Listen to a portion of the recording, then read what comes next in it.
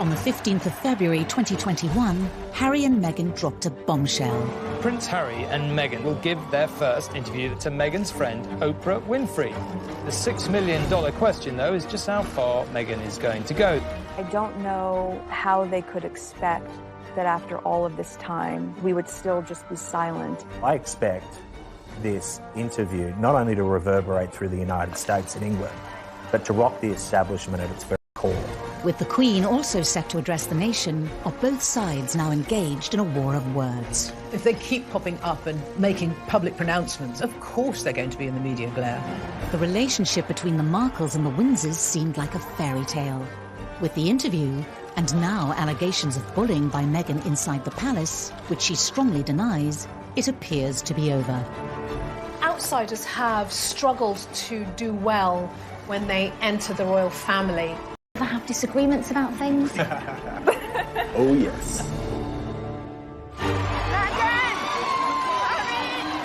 Tonight, the inside story of when Hollywood glamour and ambition took on the establishment. Meghan wanted to have a celebrity boyfriend, and she definitely got that with Prince Harry. Forget the red carpets in Hollywood. This was something else. For me, it's an added member of the family. How did a marriage made in heaven descend into a public slanging match? I think Meghan's Hollywood background would have hit the royal family like a hurricane. Harry felt he was freeing himself, but probably felt like an act of vandalism against the monarchy. Stripped of their titles and patronages, The Sussexes are isolated from what everything the royal family means, and that puts the royal family at peril. exiled from royal life. The Queen's statement's a clean cut. You're out. In other words, you're fired. We miss Harry and Meghan. With just over a day until Harry and Meghan's groundbreaking interview with Oprah, is this the final chapter in their battle with the monarchy? I'm just really relieved and happy to be sitting here talking to you with my wife by my side, because it's been unbelievably tough for the two of us, but at least we had each other. Meghan and Harry, they could have resolved so many issues, but they're stubborn. And is this the moment that Meghan and Harry finally reject royal service in favour of celebrity? There is no relationship between the Markles and the royal family. It had the potential to be so much better than, in fact, it turned out to be. I did not have any understanding of just what it would be like.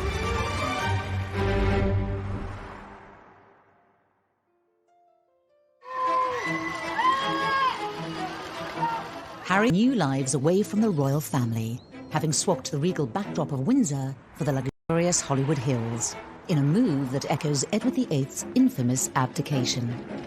Quite a lot of us thought back to the abdication crisis in the 1930s when Wallis Simpson, a twice divorced woman, fell in love with a king, and that king, Edward VIII, had to give up his throne in order to marry the woman he loved.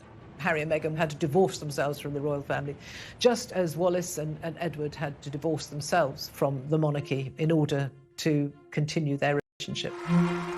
Now, with the tell-all Oprah Winfrey interview, are Harry and Meghan distancing themselves from, and even setting themselves against, the Windsors? It strikes me that they feel that they can continue to control media coverage of them, control the way their image is portrayed. Yeah, we'd all like to do that. With the very public and unexpected announcement of their second child, what will the future hold for Harry and Meghan and the monarchy? The sad and harsh reality of this scenario is that by abdicating from the royal family completely, that the Queen and Prince Philip may actually never see the second child. And one can only think how devastating and broken the Queen must feel about that.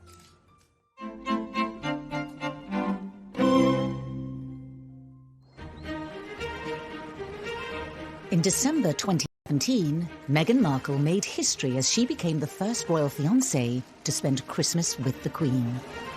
Talk about a baptism of fire. Here was a rare exception being made. Kate Middleton was not invited as William's girlfriend to spend Christmas at Sandringham with the royals, but here was Meghan doing just that. The Queen is very strict when it comes to family, and so to be invited was quite a significant thing. I'm sure Meghan Markle was absolutely terrified.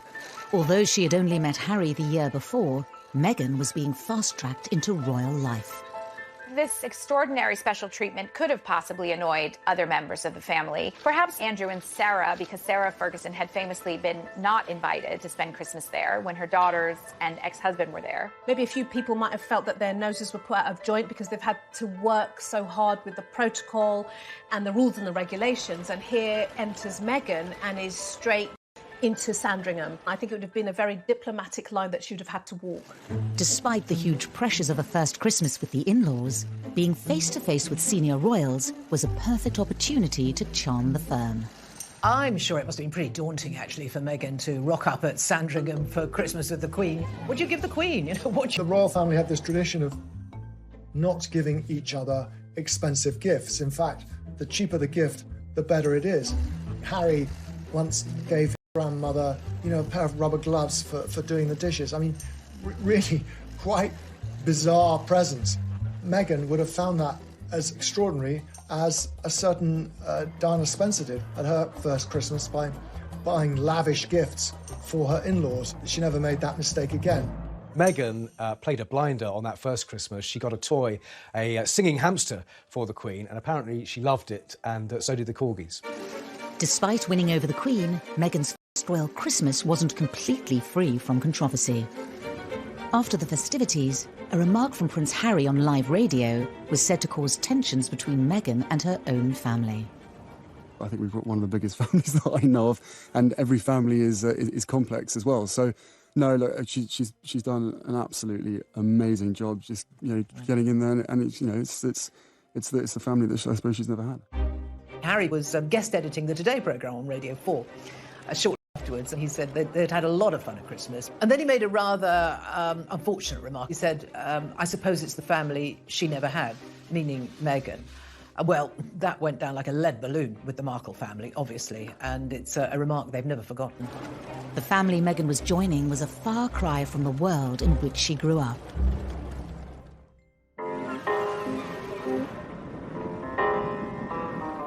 It was against the golden backdrop of Hollywood that Meghan's parents, Doria Ragland and Thomas Markle, first met. Thomas went into the entertainment industry and became a lighting director. And it was when he was doing that job on the show General Hospital, a big show, that he met Doria, who was training at that time as a makeup artist. She was 12 years younger than him, but they fell in love and got married, and Meghan came along a couple of years later. Thomas had been married before, and he had 2 children, much older than Meghan, from his first marriage. Thomas Jr. and Samantha, her 2 half-siblings, they weren't close to her. She was not close to them. Despite her parents divorcing when she was young, Meghan enjoyed a supportive upbringing with both Doria and Thomas, evident in intimate home videos that have been shared online. Go ahead. Daddy's cooking. It's pretty. That's our goal. See and hear her energy, and it all feels like these are the positive highlights of somebody's childhood growing up. Am I there? I wonder. Okay, see you later. Bye-bye. Where is the little button? Okay. Alice also gives an insight into the early and possibly fractured relationship with her father. We're about 4 minutes from my dad's house. From my dad's house, you can see the Hollywood sign, but we aren't going to go there because my dad and I aren't on the best of terms. She says, we're not going there because my dad and I aren't getting along at the moment. This also gives a hint at a real relationship, and it might show the reality of some of their relationship, that perhaps it wasn't always great. Despite potential frictions, Thomas continued to be a strong presence in Meghan's life as she immersed herself in Hollywood. She hung around the studios where her father was the lighting director. It must have been really exciting, and she certainly got the bug. Her first big break came with Suits, when she got the plum role of Rachel that everybody fell in love with. Rachel's character was very sexy, she was savvy, she was ambitious. It's actually not dissimilar to Meghan Markle herself. Whilst Meghan was being thrust into the limelight, Prince Harry, a young officer in the British Army, was trying to escape it. And what do you think the public perception of Harry is? I don't know, it fluctuates. It depends on what the media want to write, I suppose. But they're two very different things, what the public think and what the media think. The British public have always had a huge amount of affection for Prince Harry, but certainly the press have had quite a love-hate relationship with him. He was seen as a bit directionless. He was seen as a bit of a party boy. He liked having a good time. Despite being labelled a party prince, as he entered his 30s, Harry proved that he still had an important role to play within his family. He created some wonderful initiatives, the Invictus Games, which was really his baby. He also worked on Heads Together, you know, taking away some of the stigma surrounding mental health and mental health issues, being very open and honest about his own struggles, which was incredibly brave. And Harry was, at that time, arguably the most popular royal. In 2016, Meghan touched down in London. The last thing she would have expected was a blind date with the fifth in line to the throne. It's a lot easier if you have a boyfriend that understands the press and understands fame. And she definitely got that with Prince Harry. You couldn't be a more famous man in all the world than Prince Harry.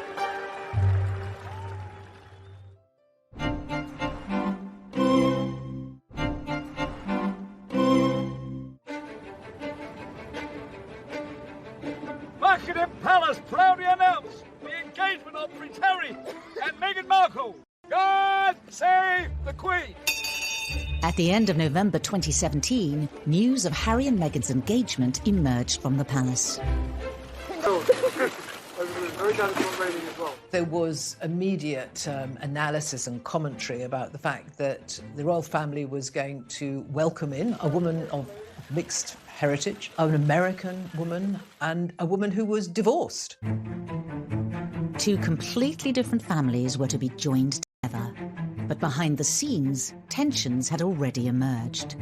In my opinion, the engagement interview is when things really started to sour. You met each other's families, I imagine. Yes, his family's been so welcoming. And Meghan, your parents, do you think, well, very happy for you, obviously. Do you think they have worried at all about the scale of what you're getting into?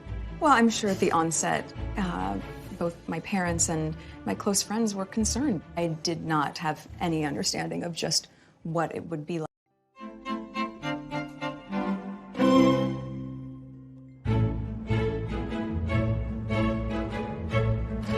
The year before their engagement announcement, Meghan had landed in the UK to promote her latest season of Suits.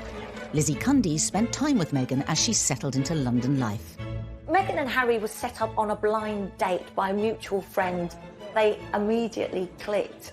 Harry actually said it was like love at first sight. She was so open, and he thought she was so sweet. And they just got on like a house on fire.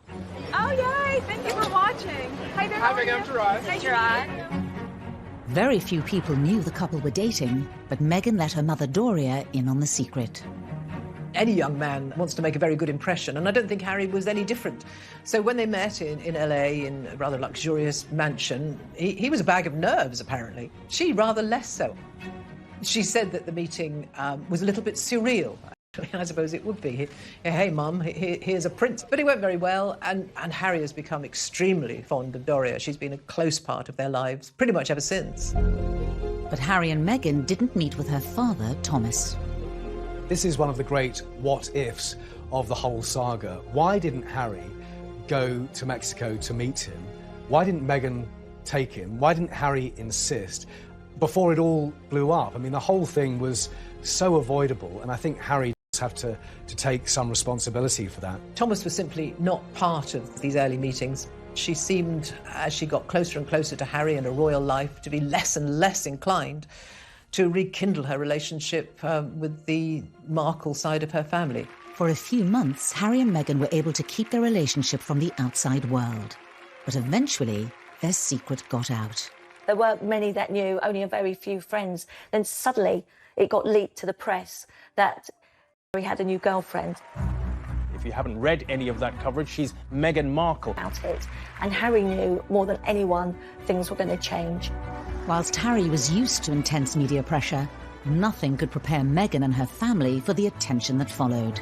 After the relationship became public, there was a huge amount of interest in Meghan. Some of it was extremely negative. There were things like that that I think put a really bad taste in Harry and Meghan's mouth in terms of the underlying and even blatant racism. With the glare of the world's media now upon both the Markles and the monarchy, questions were quickly asked as to how the relationship had reached the press. When in a relationship or dating with a member of the royal family from the palace, it's not an easy thing to keep secret. Prince Harry's got his close protection and they're very discreet, but at the same time there's other people who quite enjoy, can I say, a gossip. In the case of the leak about Meghan and Harry's relationship, which Harry was said to be incandescent and furious about, was rumored to have come from someone in Prince Andrew's camp. I have no idea if that's the case, but what I can say is that there are so many leaks in the family. There were rumors about Harry's new girl, and he was madly in love, and those got out, and I don't think Harry was quite prepared for all of that when it happened. The wave of intense media attention led Harry to take a public stand against the press. An explosive public statement from Harry was the first indication that the press were now on notice. He requested the media pause and reflect before any further damage is done. The one thing the royals are meant to do is make sure that everyone is on the same page. And the fact is that the Prince of Wales was abroad on an official tour. Charles himself was only given a matter of moments to scan his son's statement. And there was a feeling that Harry had been thoughtless and that he should have consulted his father, he should have consulted his brother more, and there could have been a more measured response. With Harry and Meghan's relationship now public, the media interest was out of their control. But Meghan would need to put all that to one side as she focused on important meetings behind palace walls. Meeting your in-laws is always a bit of an ordeal, isn't it? And meeting your in-laws when one is going to be a future king, meeting Prince Charles, must have been quite tough for Meghan. A bit daunting. But she is a strong woman. She probably marched in there and just got on famously because she's a woman with lots of opinions, lots of views, and a confident woman. And those are the kind of attributes that Charles likes. Charles famously adored Meghan. That first meeting went extraordinarily well. She was welcomed as a daughter, even more so than Kate Middleton was at the very beginning. As well as charming Prince Charles, Meghan also had a very successful first meeting with the Queen. Which is an extraordinary thing for the way the Queen keeps her schedule. Meghan was warmly welcomed. You know, here she is, articulate, bright, intelligent, well-spoken, beautiful, elegant. What's not to like? Despite charming Harry's family, did Meghan soon start to resent aspects of royal protocol? The Markle way, it seemed, was not the Windsor way. Meghan's first real reality check with how royal protocol works was when she was wearing a necklace with H&M on it and then told to remove it by senior courtiers because it might encourage the press. To be told what to do must have been quite a shock. Anyone would kind of think, hang on, wait a minute, someone telling me what to wear and which jewellery to wear, excuse me. Was it an early sign Meghan wasn't prepared to toe the royal line? She likes to have the freedom to do what she wants and when she wants. She wouldn't want to be told, you know, what to wear at any occasion. You could look at this instance and say, was that the beginning of Meghan saying, I'm not going to have people like this controlling me?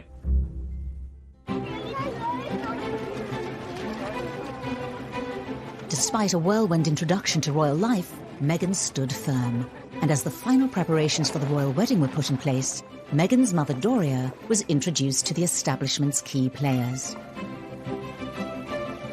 She was given VIP treatment. I suppose perhaps it was her first taste of being associated with royalty, you know, being whisked through security at Heathrow Airport. She was taken first to Clarence House to meet Charles and Camilla, and I think that went very well indeed. Meeting all the royals, Kate, William, Charles, must have felt like royal speed dating. I've got to get to know everybody, I've got to form these connections really quickly.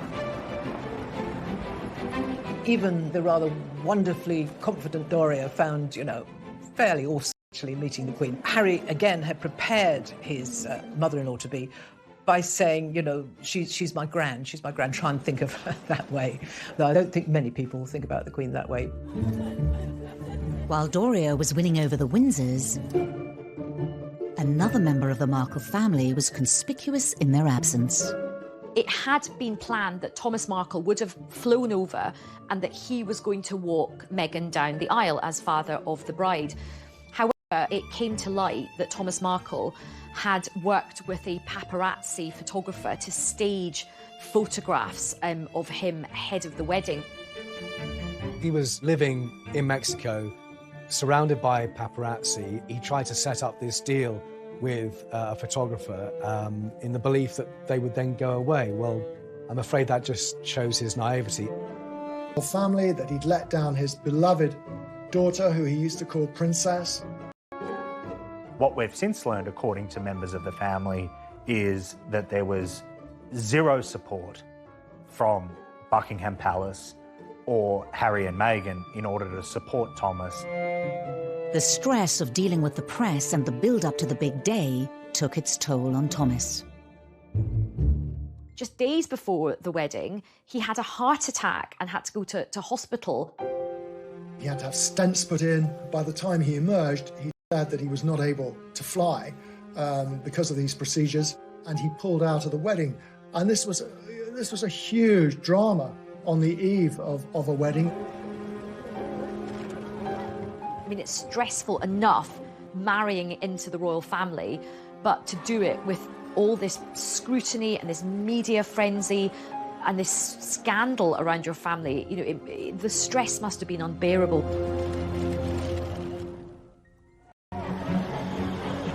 Despite the frenzied build-up, Harry and Meghan's big day was finally upon them. But with her father unable to give her away, Meghan was left with a huge dilemma. In finding a solution, she broke with tradition, leaning on Harry's father, Prince Charles. I thought it was the perfect embodiment, actually, of the modern woman, that she started out on her own, walked halfway down on her own, and then Charles joined her.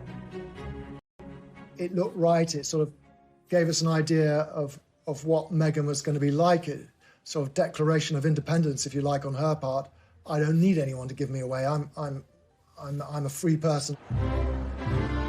Was Meghan's independence also evident from the wedding's exclusive A-list guests? We saw Idris Elba and George Clooney and Oprah, you know, walking in.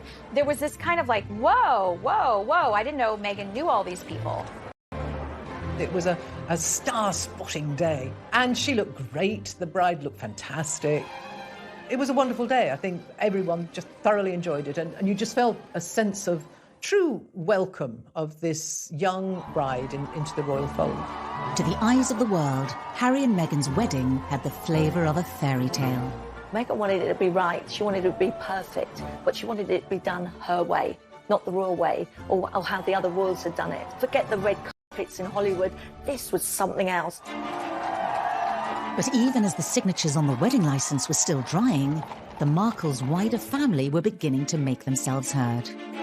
Everything seemed so, I don't know, magical, hunky-dory after the wedding. Then it all got a bit soured, a bit tarnished by Meghan's family. Come to an abrupt end. She was an adult, she had her own ideas, and she was going to do it her way. In the past, when royals marry royals, the organisations, the firms all work together to make sure there's no issues, where they can't have that control when you're marrying it into, can I say, normal families.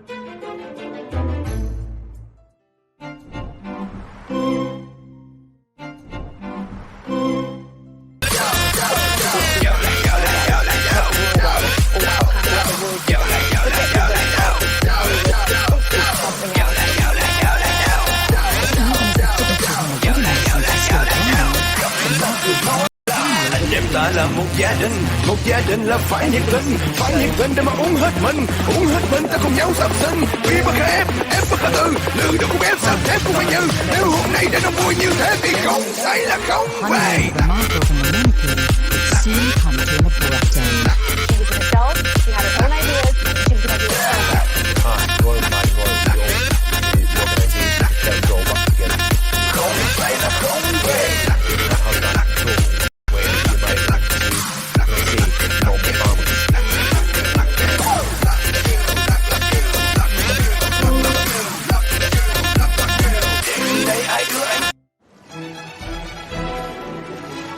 Just days after their wedding, the new Duke and Duchess of Sussex was seen at their first official engagement, a garden party at Buckingham Palace. This one actually was a little bit special because the theme was Prince Charles's 70th birthday. And that must have been extraordinary for Meghan. From the first instance, the Queen had implored upon the Windsor family to embrace Meghan. Not only because she was a person of colour and someone from an international country, but that she had this charm about her, almost this sassiness.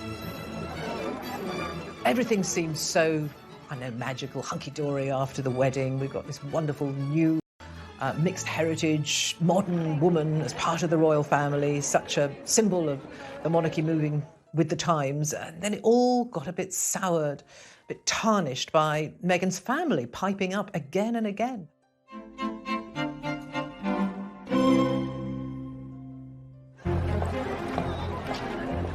It's so good to have a role model or someone to look up to, but oftentimes when it's someone who looks like you or comes from where you come from, it's easier to connect and see it in a different way. Meghan was used to cameras and publicity, but really nothing can prepare someone for entering the most famous family in the world. And I think even she admits she was taken aback by it. As Meghan was... Extraordinary that Meghan's dad did like a press tour in the days after the wedding, putting forward his side of things. It can't have been very easy for Meghan to watch her dad on television, publicly displaying her side of the story or her version of events. Well, I'm very disappointed by it. Millions watched as he gave an interview to Good Morning Britain, saying he hadn't heard from his daughter since before the wedding. I'm not sure why it's happening, and I'm waiting. I'm reaching out. I've been trying to reach out for several weeks. Every day I try to text her. It demonstrated that here was a man who was going to, shoot from the lip, if you like, and he wasn't afraid to say what he wanted. I love you very much. You're my daughter, and I'd really like to hear from you. Whatever differences or problems we had, that we should be able to work them out. We're family.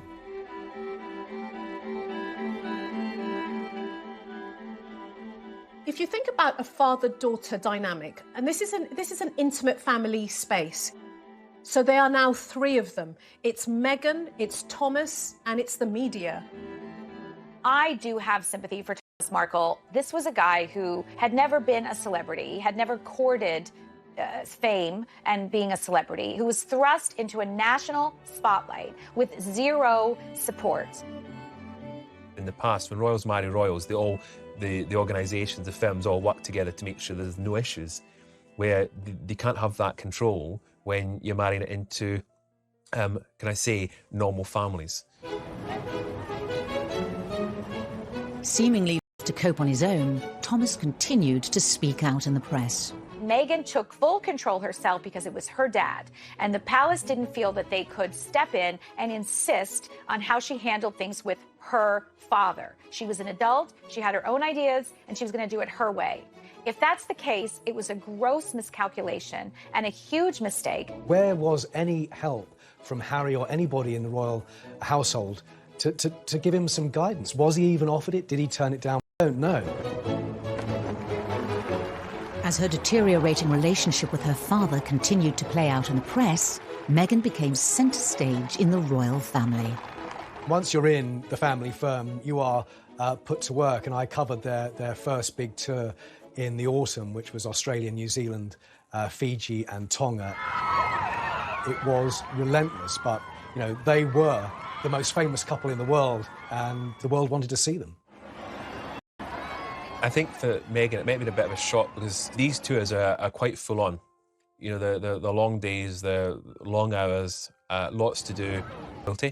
British royalty and how to do things. Then a surprise announcement by the couple wrong-footed the royal press pack, signalling that from now on they were determined to do things their way. The palace press officials were there going through the itinerary, and at the end of that, the British royal correspondents called into a corner and we were told, oh, and by the way, she's pregnant. It's like, what? It was massive news and strange timing, but I think Harry and Meghan made that announcement because who knows, in those early stages of pregnancy, she might have suddenly felt that that tour was going to be a bit hardcore and she'd need time off. As Meghan and Harry prepared to start a family of their own, wider members of the Markle family began selling stories to the tabloid press. Meghan's half-siblings, Thomas Jr. and Samantha, just seemed incapable of keeping quiet at this point. They, every other week, it seemed, they came out with some more very cruel criticism of their half-sister. The fact that none of them had been invited to the wedding clearly rankled hugely. You know, Meghan's answer to that was that they played very little part in her life.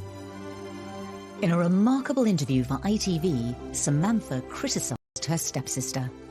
The smiling and the waving and, you know, the contrived British accent, you know, it was all seemingly great and wonderful then, but when the public began to criticize some of the expenditures and the behaviors and protocol that had been broken, the tune changed.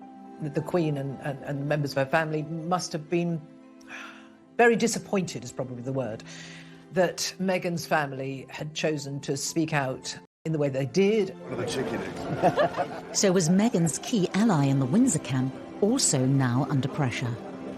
Charles has tried to be a support, a listening ear, to give guidance, to help the couple. But from the very beginning, Harry and Meghan have done things their way. The couple themselves were under increasing pressure in the media. Now the £2.4 million renovations to Frogmore Cottage came to the fore. Harry and Meghan took any kind of criticism very personally, and none more so than the debate over the renovations to Frogmore Cottage. Frogmore Cottage is not a cottage. It's quite a few different buildings that they've knocked through. Spent a lot of taxpayers' money on renovating it. Harry took grave exception to this idea that they were lavishing public money on something which was unnecessary. And it did feed into the narrative, as far as he was concerned, every motive and everything they did. Meghan's mother, Doria, could only watch on as her daughter struggled with the criticism and harsh media spotlight. There's no doubt in my mind from what we can see that Meghan has a really close relationship with her mother. Somebody who would always, you know, have her back, speak truth to her, and, you know, help her make the kind of choices that she needs to make.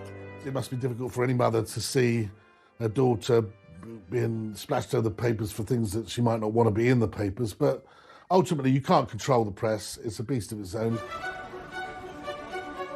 But on the 6th of May 2019, Meghan and Harry were able to share some happy news.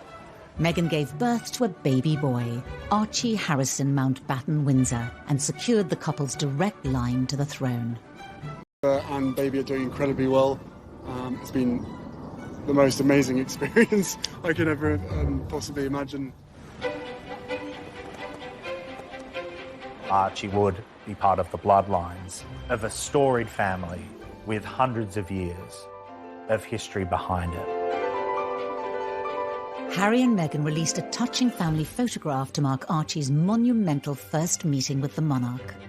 There is Doria, a black woman. There is Meghan, a biracial woman. In that picture, there's so much hope, and it does not look like the stuffy royal family that we all know. The birth of Archie was quite a moment for the Markle family, certainly. But for Doria, that must really have resonated with her. She was over here, so she was very much part of this new little family. After the birth, Meghan decided to keep her mother close by. Doria stayed on with Meghan and Harry at Frogmore Cottage, and the royals began to visit the new arrival. William and Kate went on their own without their children to visit the baby. People saw that as a snub. I don't think that was fair enough. They didn't want 3 children running around the place. He would have turned up, given his brother a hug, and they would have congratulated them. Charles took 10 days before he visited Archie.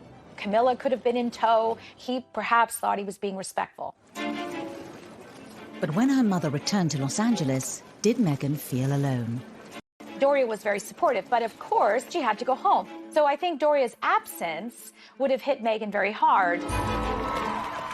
In public, the Sussexes appeared to be content with royal life, but behind the scenes, cracks were beginning to appear. I think she did feel very misunderstood and she felt trapped. And so she decided to do something about it. And I think that she and Harry kind of fed the monarchy. They wanted an exit strategy from the royal family.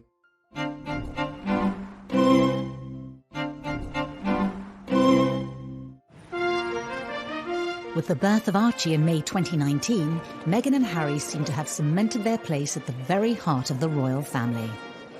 Despite ongoing battles between Meghan, her family and the press, for now, their popularity with the public remained undimmed. I think the Queen had high hopes for them being, great brand ambassadors for the royal family. Harry and Meghan made it clear they wanted to be different kind of royals. They wanted to engage more. They clearly wanted to have close links with young people. I think the Queen seized on that with alacrity. Harry and Meghan were enormously popular, and I think everyone thought this was the cementing of the future of the monarchy. There was going to be these two young couples, William and Catherine, Harry and Meghan, taking it forward.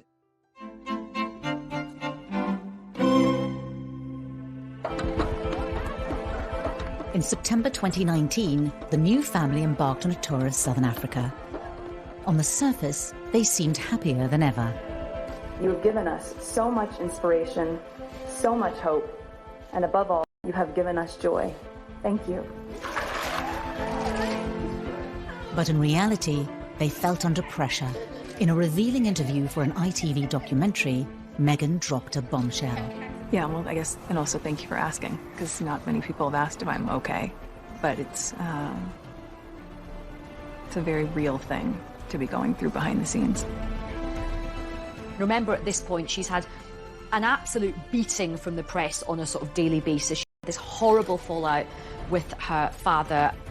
She's also a new mother as well, and you can just see the sort of weight on her shoulders. Her mother would have been heartbroken that her daughter was experiencing all of this. The interview seemed to mark a sea change in the once happy relationship between Harry, Meghan and the rest of the royal family.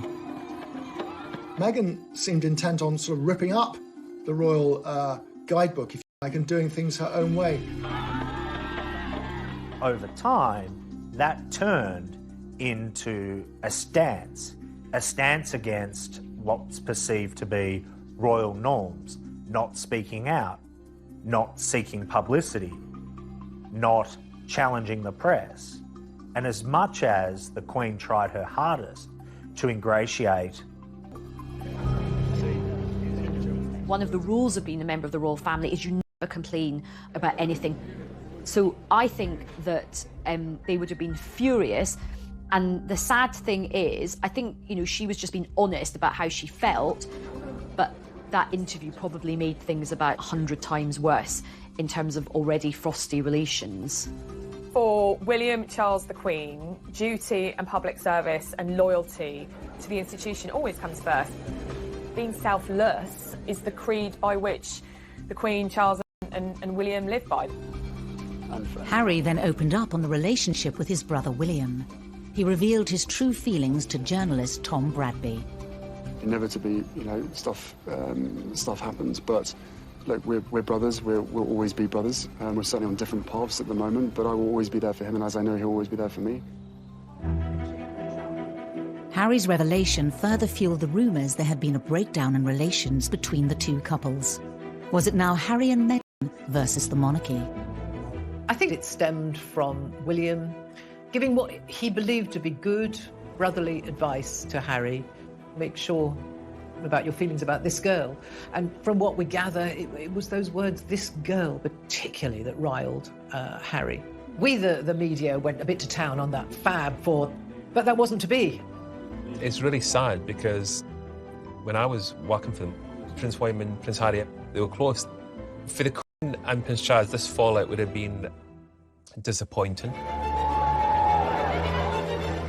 Harry and Meghan were now fighting battles on multiple fronts. As the negative headlines continued to engulf them, they became increasingly frustrated with palace protocol. I think someone like Meghan, who's always been very outspoken, would have struggled very much with not being able to comment and put out her version of events. This is not what happens in Hollywood. Meghan couldn't do that as a member of the royal family, and that would have been maddening for her. Hello. Harry and Meghan's ongoing battle with the media came to a head in February 2019, when excerpts of a private letter sent from Meghan to her father were published in the British press. This letter was such a watershed moment, and I think this was the point at which, this was the straw that broke the camel's back, and they announced that they were going to fight back and that they were taking legal action against associated newspapers. Meghan believes that her privacy has been invaded, that she has the copyright over those letters, and Thomas Markle believes the opposite. And remember, he hasn't even met Prince Harry at this point, so there was a possibility that had this gone to court, the first time at Nightmare, it was very, very high stakes. A recent ruling in the case went in Meghan's favour, but there's still a possibility they could end up in court. There is one residual issue over copyright, and I think that certainly the Mail on Sunday and associated newspapers will be pushing hard to try and get that to court. In the wake of their legal action against a section of the British press, Harry and Meghan announced they were taking a 6-week break from royal duties and heading to Canada to spend Christmas with Doria. What you do sometimes psychologically for yourself is remove yourself from a situation that you find difficult and painful and put yourself in a space that you feel might be more nurturing and safe and secure. Christmas is a very, very important part in the Queen's calendar. She likes to draw her family around it. She and Prince Philip were getting older. They knew that there wouldn't be too many more Christmases, and they must have been disappointed. Christmas at Sandringham is quite a formal affair, so it must have been great for Harry and Meghan to have the informality of a Christmas in Canada. Doria could not be further away from the stuffiness of the senior members of the royal family. Although the festivities may have been relaxed, were decisions about the growing divide between Harry, Meghan and the monarchy being considered in Canada. I suspect that Meghan uses her mother a great deal as a source of wisdom and advice. I'd be astonished if during that time both she and Harry, no doubt, hadn't spoken about the fact that they actually wanted to step back as senior royals. They wanted an exit strategy from the royal family. Doria and Meghan are extremely close. She missed her mum, and she wanted Doria to be very much part of the family unit. When Harry and Meghan returned to Britain in January 2020, they made a shock announcement. In a statement released in the last few minutes, they say they intend to step back as senior members of the royal family and work to become financially independent. The royal fern had been here before. It was an electric moment in royal history. Diana had essentially left the royal family, and before her, Fergie. Edward VIII left the royal family. He abdicated. Leaving the royal family is possible, but it's messy. Initially, it was a sort of a geographical split. They would be moving to Canada. They would come to Britain to do engagements when it suited them. The tabloids dubbed their decision as Megxit, and it sent shockwaves through the royal family. I actually spoke to some colleagues from the royal household, and we were all in absolute disbelief that this is himself. But for his father and brother and grandmother, it probably felt like an act of vandalism against the monarchy.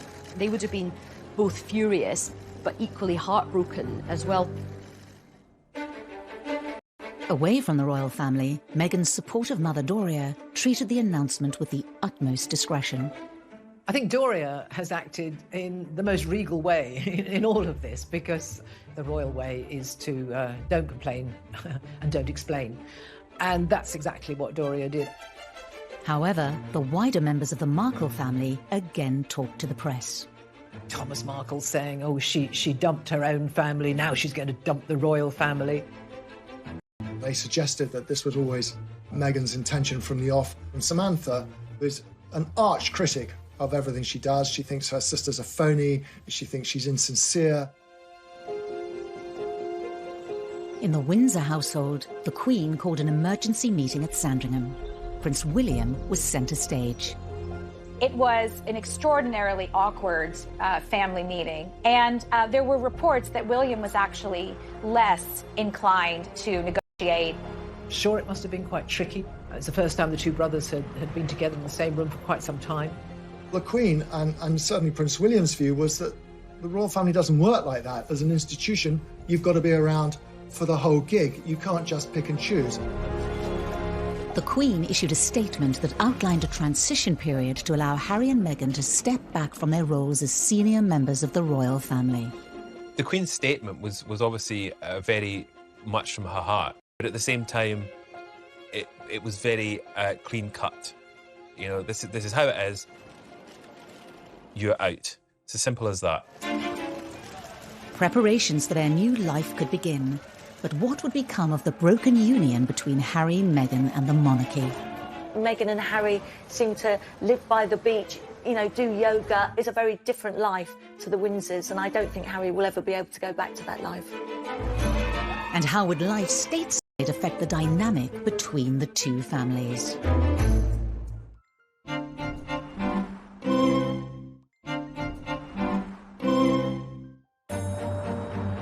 In January 2020, Harry, Meghan and Archie left behind their royal life and home at Frogmore Cottage for a new life abroad. For Prince Harry, it was a big decision because he's leaving his friends, his family. He felt he had to get his family out of Britain. He felt so angry and hurt about the press and about the institution of the monarchy.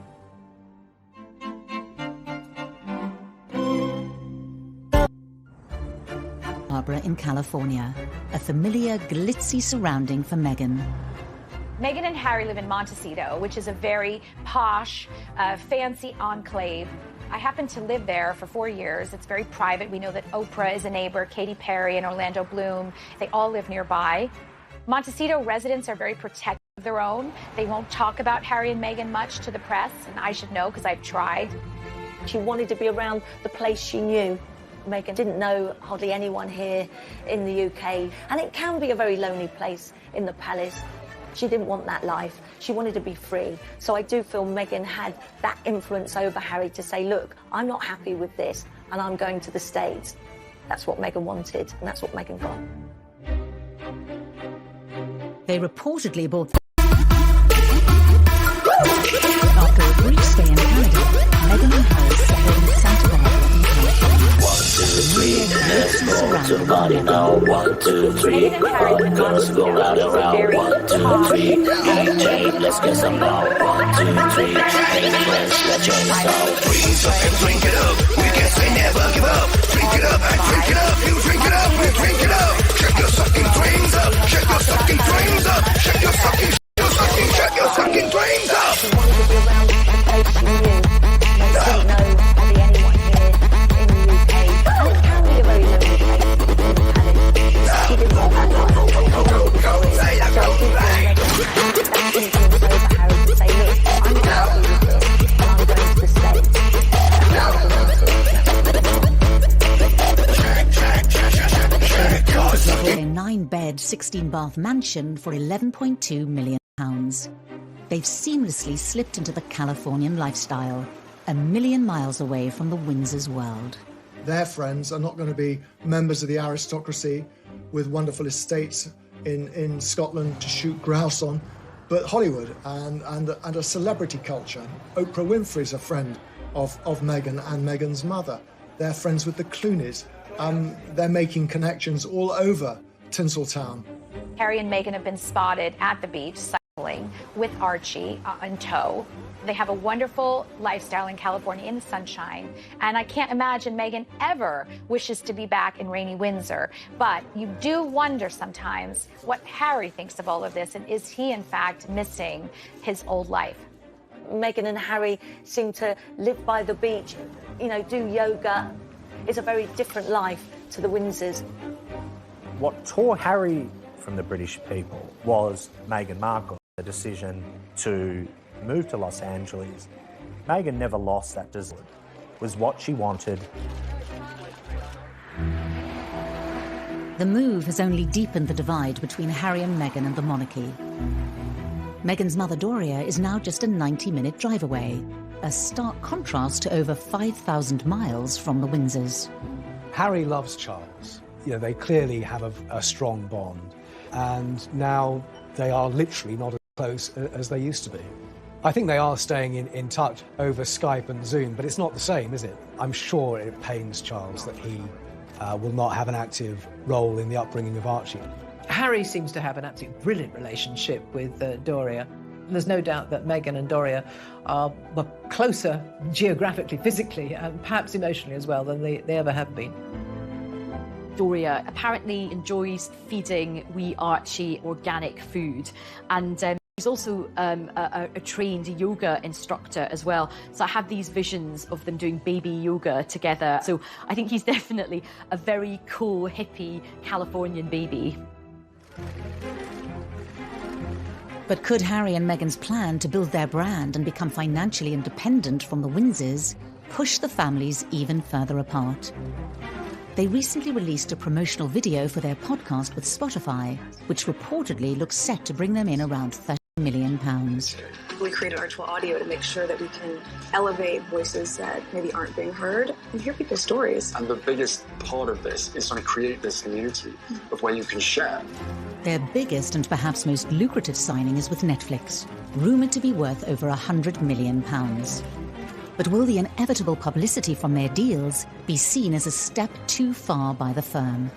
Effectively, the money that they are being paid is because of their platform as royalty, as members of the royal family. And that's quite tricky. People always want the most compulsive viewing and the things that are going to command the most column inches, and effectively that then translates into dollars. Are those personal and intimate revelations? So I think that will be a very tricky tightrope for the couple to walk. They've created a new standard, and that is one to exploit themselves for profit. Meghan is creating a new form of celebrity for herself by securing deals with media conglomerates in the tens and hundreds of millions of dollars, sets her on a path to unparalleled stardom. Let's not be surprised if you see her return to acting.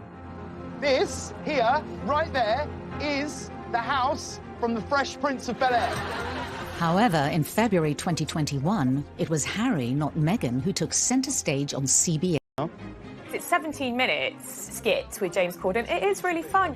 It is very showbizy, it is very celeb-y. You're not my wife. In an unprecedented move, he gave a candid TV interview to his long-term friend James Corden.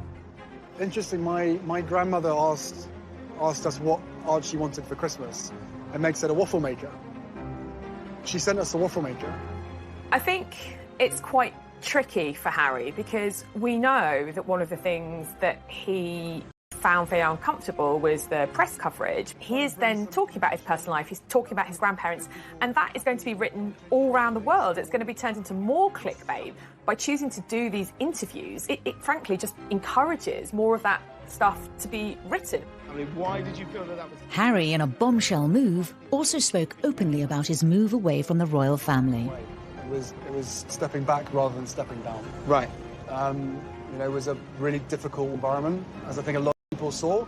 We all know what the British press can be like, and it was destroying my mental health. The actions of Harry and Meghan in the United States goes against the very grain of the royal rule book. But the very core of this brand-building exercise is not Harry, it's Meghan. There is a delicious irony where they live in Los Angeles, the heart of the paparazzi. At the same time, in London, they're fighting these legal arguments, and that must not be lost on the royal family itself. It's almost cringeworthy to an extent. As they embark on this brand-building exercise, we're only going to see earthquake after earthquake shattering Buckingham Palace. They know what makes money, they know what makes people tick, particularly Meghan Markle does. I mean, let's hope they don't get like the Kardashians, that's my only worry. I think that there were people who truly wished them well, but of course there were also people who wanted to poke, holes into their love affair and bring out as much dirt as they could. I think they found a way to say, you know what, enough is enough. We refuse to be pillars of abuse.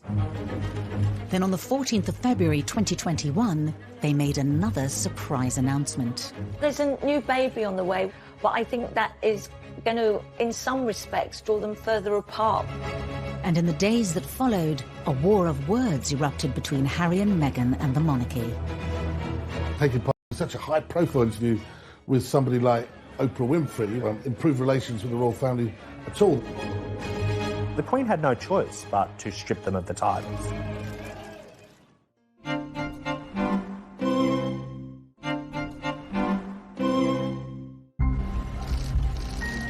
On Valentine's Day 2021, Meghan and Harry announced their second pregnancy to the world. New baby on the way, which is amazing news.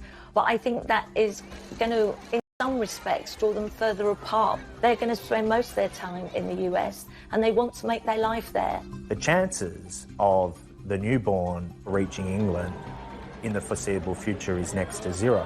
And one must sympathise with the Queen. That's disheartening and heartbreaking. Increasingly, one wonders how much influence the royal family will even have. The royals are going to become distant relatives, I suspect.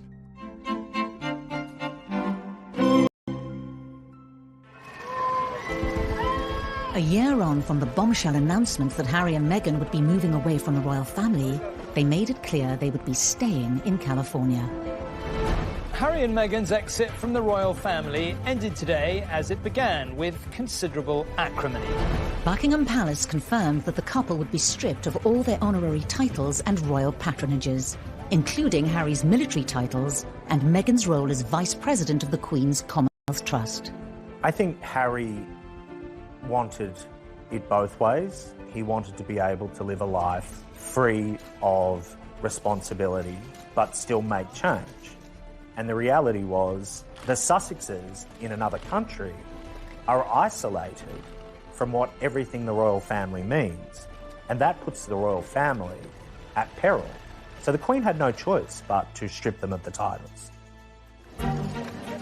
Within minutes of the Buckingham Palace announcement, Harry and Meghan responded, stating that they remained committed to their duty and service. Their quick-fire response was reportedly deemed disrespectful by palace officials. I think Charles and William, and certainly the courtiers of the palace, felt that Meghan and Harry's pushback was disrespectful. It was petulant, it was resentful, and as one said to me, you don't disrespect your granny. Just days earlier, Harry and Meghan had shot an intimate tell-all television interview with their friend and broadcast legend, Oprah Winfrey. Then in the days building up to the broadcast, newspapers claimed that Meghan now faced a serious bullying complaint against her whilst at Kensington Palace. Her spokesperson said that she was saddened by the reports. Relations appeared to have finally hit rock bottom. The $6 million question, though, is just how far Meghan is going to go. The full truth, as she sees it, would be highly explosive, but it would certainly burn all bridges with the institution she has left behind. Whilst the news reportedly came as a surprise to the royal family, excerpts from the groundbreaking interview were later teased in the media. I'm just really relieved and happy to be sitting here talking to you with my wife by my side, because it has been unbelievably tough for the two of us, but at least we had each other. She's open, she's honest, and she doesn't care about that impact. The interview's scheduled broadcast date has caused another row. With 99-year-old Prince Philip in hospital, the timing has been criticised by the media, including Piers Morgan on Good Morning Britain. And I'm sorry, I think we're entitled to say this is incredibly distasteful, to be doing this kind of confessional in which they're bound to be critical about the royal family and the monarchy at a time when his grandfather is in hospital and clearly quite seriously ill. He wouldn't be in there for 2 weeks. It does smack of hypocrisy, taking part in an interview, such a high-profile interview, improve relations with the royal family at all. In the days leading up to the broadcast, new revelations from the interview exposed the increasingly bitter war between Meghan and the monarchy. How do you feel about the palace hearing you speak your truth today? I don't know how they could expect that after all of this time, we would still just be silent if there is an active role that the firm is playing in perpetuating falsehoods about us. It's almost like Prince Harry driving a wedge with a sledgehammer through his relationship with Prince William. William, as a staunch advocate of everything that the royal family means, is obviously going to be dragged into this. I expect this interview not only to reverberate through the United States and England, but to rock the establishment at its very core.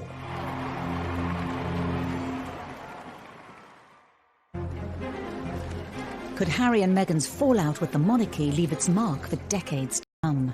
It's like a war. I don't believe Harry would be outside the royal family except for marrying Meghan Markle. They've lost a critical component of what the royal family represented. The British people had an affinity with Harry. Now, to divorce himself from that family really is an abandonment of what he was born into.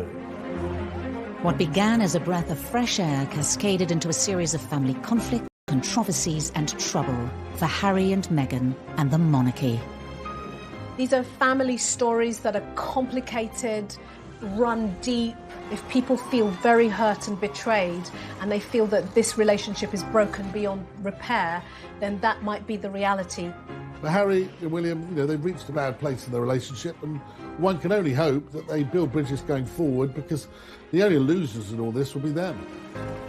Meghan and Harry could have resolved so many issues, but they're stubborn, and it's very hard to see how there can be any long-term relationship with Meghan and the Markles going forward. I think that in the initial stage, there was a fairy tale about this. I think it's a real lost opportunity for the royal family that they couldn't make it work, that Meghan couldn't become an integral part of the future of the monarchy. The monarchy could be seen to be so much more inclusive, modern, moving with the times, evolving. I think it is extremely sad. She was ready to do what it takes to be, to be a wife for Harry, and to be a member of the royal family that the country can be proud of. But I personally don't think that wanting to be a member of the family should cost you your independence or independent thoughts. Meghan's Hollywood background, Meghan's expectations as a celebrity would have hit the royal family like a hurricane. And now, look where we are. It had the potential to be so much better than, in fact, it turned out to be.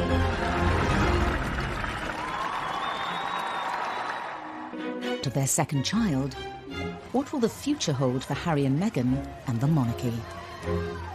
The sad and harsh reality of this scenario is that by abdicating from the royal family completely, that the Queen and Prince Philip may actually never see the second child. And one can only think how devastating and broken the Queen must feel about that.